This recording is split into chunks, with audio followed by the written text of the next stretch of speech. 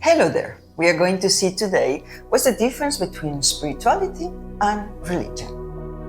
Many people use the words religion and spirituality interchangeably, but they are entirely separate concepts. Religion commonly refers to an institution that has a set of organized practices and a structured belief system shared by and among those who are members of the institution.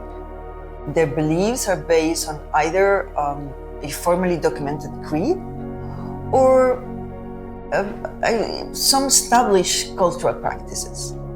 In other cases, professionals within each religion act in leadership positions and represent formal aspects of the institution. The leaders often carry out certain rituals regarding the religion's core beliefs, which lay the foundation for how one's life should be lived. A religious person is committed to following the guidelines set by their religion, and they observe the rites and practices such as regularly attending church services on a Sunday for Christians, observing the Sabbath for Jews, and fasting during Ramadan for Muslims. So what is spirituality? In my opinion, it is our true nature, who we really are. The direct connection with the divine, with the universal consciousness, without the need of any intermediaries. Isn't it silly that you should go to some other person with ancient text to know what is truly within your heart? It makes sense for those seeking to enter more deeply into duality to create a victim state. And that's what they do when they say to themselves, I don't hold my truth, my own truth. Someone else must hold it for me. And so they always seek experts to tell them what is true. Clergy, politicians, lawyers, doctors, scientists, and so forth. These authorities must tell them what is in their own reality. And that's okay. It's a choice. However, it's not so for those who seek to arise from this third density to evolve to the next level of consciousness. Of course, you take others' perspective into account, you respect others' views, and you might learn from people with knowledge, experience, and wisdom even different from yours. But your connection with divinity and oneness can only occur directly and personally. For those of us on a conscious path to ascension, it becomes appropriate to cease attempting to separate spirituality from life. We must see all of life as spiritual. A great example might be the outstanding artist Michelangelo, when he sculpted the Pietà. He carved it from a single block of Carrara marble at the young age of 23. He claimed that he could see the sculpture within the marble itself, and that was his job, to remove the excess, to free the image inside. Of course, he used traditional tools to sculpt this sculpture, such as different hammers, chisels, and sanding devices. In appearance, it was all very material. Yet, he was creating one of the most spiritual pieces of art in history, conveying a powerful message of hope and peace, that death is not the end, but just a compelling experience of transition to another realm.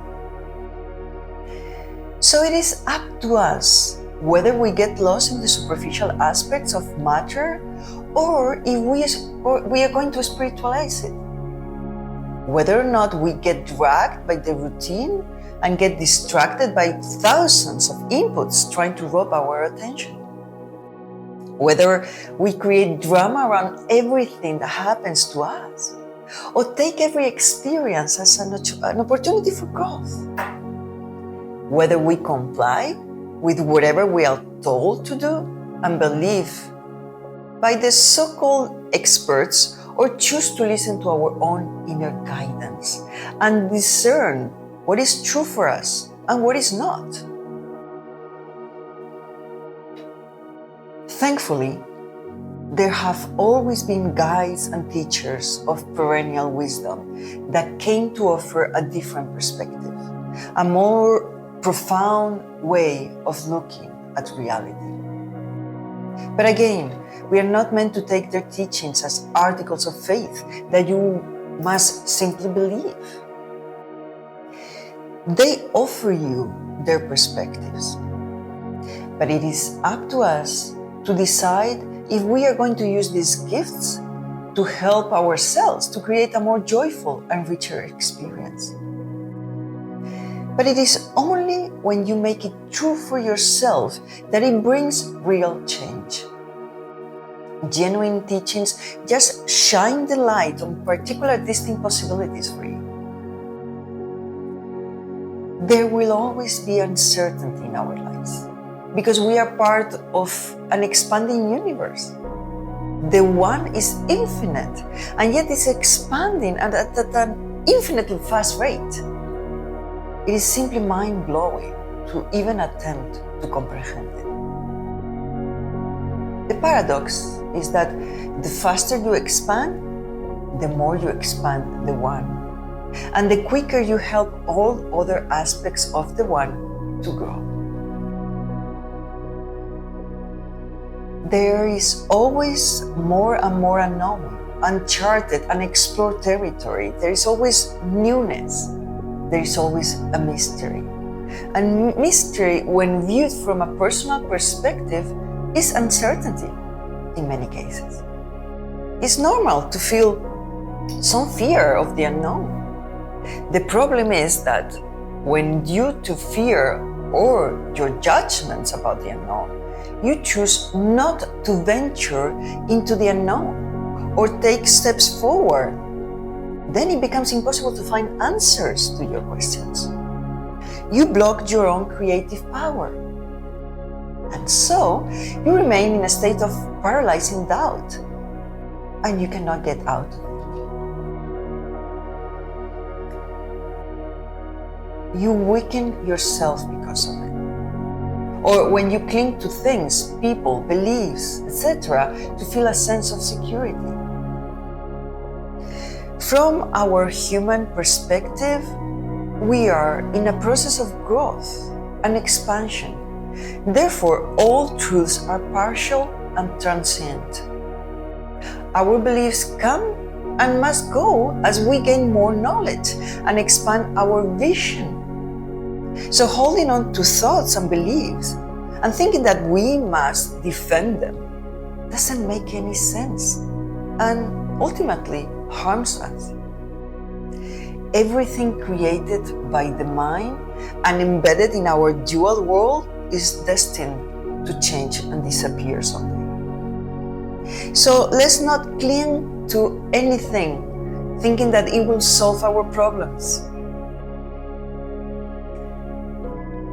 The only absolute truth is unity, universal consciousness, present at all times but impossible to understand and decipher from the mind. So let's prioritize connecting with that part of ourselves that is beyond time and space, and from there we will experience the joy and serenity we all seek.